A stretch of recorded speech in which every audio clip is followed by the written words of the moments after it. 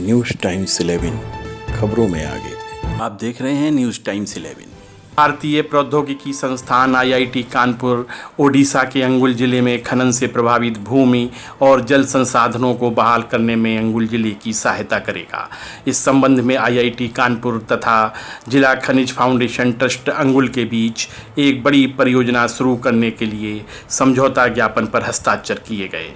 इस समझौते के तहत आईआईटी कानपुर के बुनियादी ढांचे और प्रौद्योगिकी व्यवस्था का लाभ उठाते हुए आईआईटी कानपुर के अर्थ साइंस विभाग के प्रोफेसर राजीव सिन्हा के नेतृत्व में ये परियोजना मुख्य रूप से अर्थव्यवस्था के संदर्भ में अंगुल जिले के सतत विकास तथा खनन से प्रभावित भूमि और जल संसाधन की बहाली के समाधान विकसित करने में सभी आधुनिक तरीकों के साथ लैंडस्केप दृष्टिकोण का उपयोग करेगी।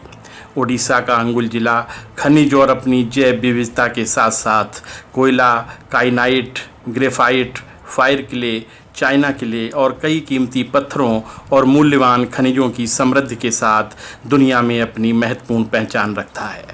इसे ओडिशा राज्य का काला हीरा भी कहा जाता है, लेकिन इस क्षेत्र में खनिज उत्खनन की वजह से समृद्ध जैव विविधता और मिट्टी की उर्वरता का नुकसान हुआ है। इसका असर जल संसाधनों पर भी पड़ा है। जल निकायों की मात्रा और गुणवत्ता में गिरावट आई है। अंगुल जिले में खतरनाक अपशिष्ट और जल निकासी की समस्याओं का ढेर लगा है।